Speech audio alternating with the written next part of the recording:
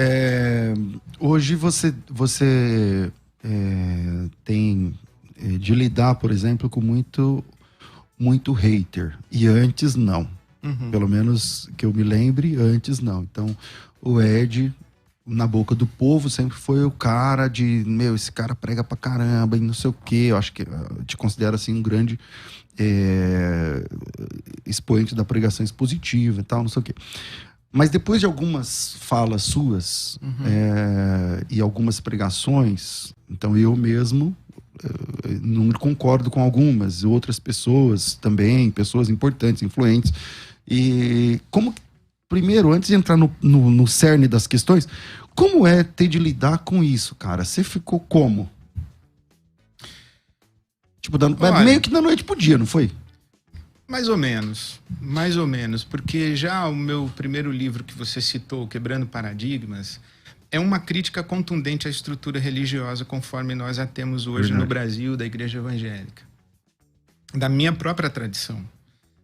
Então, eu acho que eu sempre tive esse lugar de autocrítica da minha tradição espiritual e da minha peregrinação espiritual. Eu lembro que no seminário ainda eu escrevi um artigo sobre teologia e o diretor não gostou. E pediu para o meu professor de teologia, o Richard Sturz, presta atenção, me dá um presta atenção. E aí ele me chamou e disse assim, olha aí que você aprontou para mim. Agora, o que eu digo, né? Eu falei, o senhor foi meu professor de teologia, então diz aí o que o senhor que eu acho que deve dizer. E ele falou, não, eu já disse. Aí ele escreveu assim, de fato, o texto do aluno não é dos mais ortodoxos, mas está dentro dos limites toleráveis de divergência. Eu achei genial, porque eu acho o seguinte, que se nós pensarmos na tradição cristã com 2000 anos, vamos imaginar que seja essa sala, a igreja evangélica no Brasil é um pingo. Mas nós tratamos isso como se fosse a única forma de ser cristão e ser fiel a Deus e de interpretar a Bíblia. Então, esse lance que você falou assim, olha, eu não concordo muito com tudo, óbvio, mas a nossa comunhão como cristãos e a nossa experiência de fé e a nossa relação como filhos amados de Deus não passa pela concordância. É uma experiência espiritual do novo nascimento. É fazer parte do corpo de Cristo. Nós somos um em Cristo Jesus. Nós não somos um na doutrina. Nós não somos um na crença. Nós somos um na fé. Nós somos um no Deus que invocamos como Senhor da nossa vida, que é Jesus. Dependendo delas, o apóstolo Paulo fala para nem pegar na mão do cara, tal, tudo mais. Mas ele não está falando de crença, ele está falando de conduta. Não, se alguém vem ter convosco que não traz essa doutrina, não receba esse cara em casa, nem saúde esse cara na Mas lembra na que doutrina no Novo Testamento não é crença. Não tem corpo de crença ainda no Novo Testamento. Doutrina no Novo Testamento é o que Paulo diz a Tito.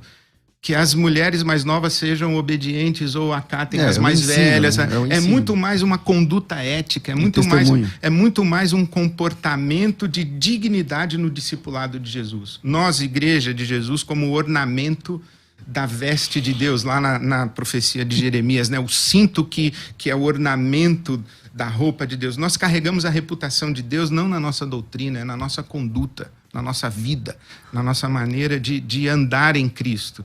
Então, assim, para mim é muito estranho, e o maior estranhamento que eu tive com esses haters foi a constatação de que eu faço parte de um contingente religioso, de recorte religioso, que é a nossa igreja evangélica no Brasil, que é uma igreja que apedreja. Não estou nem discutindo se eu sou herege, se eu não sou herege, se eu concordo, se eu não concordo, se você concorda. Se você se arrependeu de alguma coisa, vamos chegar lá. E mesmo se eu não me arrependi, não é para eu ser apedrejado. O que Jesus falou assim, se essa mulher não se arrepender, pode apedrejar. Não foi isso que ele falou. Ele diz, quem não tem pecado, atire a primeira pedra. O que ele está dizendo, olha, se nós vamos construir uma sociedade que apedreja, todo mundo se apedreja um ao outro e o último que sobrar apedreja a si mesmo e morre. Porque o único que podia apedrejar ali era Jesus e ele optou por não fazê-lo. Então, o que Jesus disse para nós é que ou nós construímos uma sociedade baseada na compreensão, na misericórdia, na compaixão, no amor, na aceitação, no acolhimento. Ou a gente não entendeu o que é evangelho. Ou a gente se autodestrói. Então, o que eu experimentei foi, eu faço parte de uma tradição religiosa que apedreja. E você já sabia, mas é que agora você está experimentando na pele. E como foi isso? Tipo assim, você lembra de quando... Muita tristeza. Você ficou mal emocionalmente? Porque a gente começa, Sim, tipo claro. assim, mano, não quero abrir mais, não quero mais não, eu não ver faço nada, isso. tal. Eu não vejo, não respondo. Mas no começo, eu fiquei, de certa maneira, ressentido, magoado, me sentindo injustiçado, tipo, esses caras não entenderam o que eu falei, ou esses caras não me conhecem, estão me julgando por uma frase tirada de contexto, estão me julgando por uma distorção da minha fala, não ouviram tudo, ouviram 15 segundos. E a impotência segundos, de não conseguir falar com todo mundo, né? Dá. Porque você não consegue falar com todo mundo. É.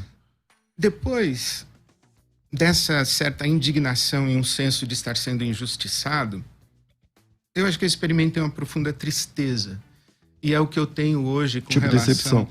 Uma tristeza de, assim, a nossa tradição religiosa produziu esse tipo de gente que entra no meu Instagram para dizer que eu sou o câncer da igreja, que eu vou para o inferno, e não me conhece. Eu sou pastor da mesma igreja na cidade de São Paulo há 35 anos. Eu ocupo o mesmo púlpito há 35 anos.